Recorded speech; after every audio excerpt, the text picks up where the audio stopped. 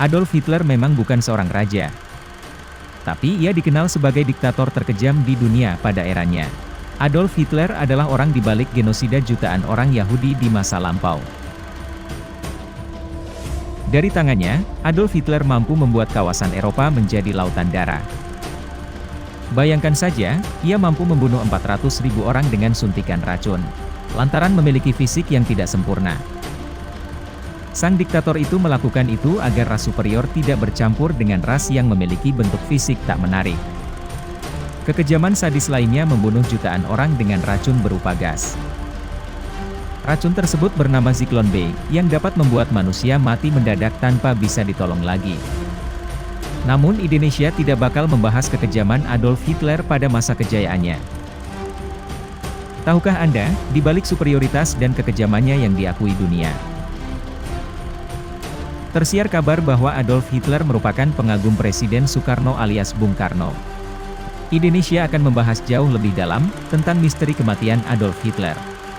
Juga hubungan rahasia Adolf Hitler dengan Bung Karno, bapak pendiri bangsa Indonesia. Mari saling menerima.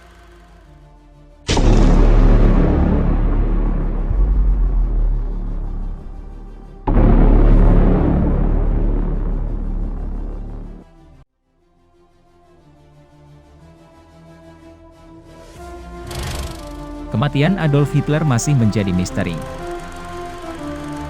Pemimpin Rusia Joseph Stalin ragu kalau Hitler benar-benar mati bunuh diri saat Tentara Merah merebut Berlin 30 April 1945. Kabar kematian Hitler yang umum diketahui adalah dia menembak dirinya sendiri. Sementara Eva Braun, istri Hitler diketahui minum racun dan mati.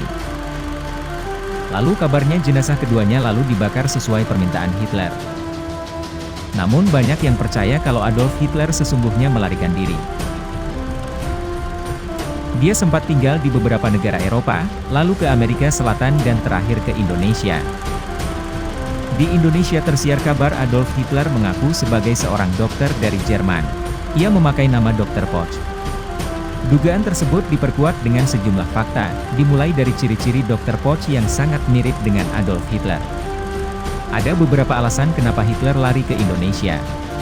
Pertama, Indonesia berpenduduk Muslim terbesar dan anti-Yahudi. Saat itu Hitler telah diburu agen rahasia Yahudi dari seluruh dunia. Kedua, adalah karena Presiden Soekarno.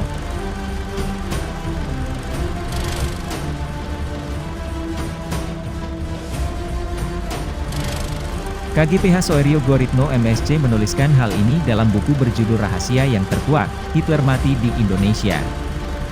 Saat itu Hitler melihat Indonesia anti-Barat. Soekarno tegas melawan Belanda dan Inggris yang mencoba kembali ke Indonesia. Kedua negara itu adalah sekutu yang merupakan musuh Adolf Hitler.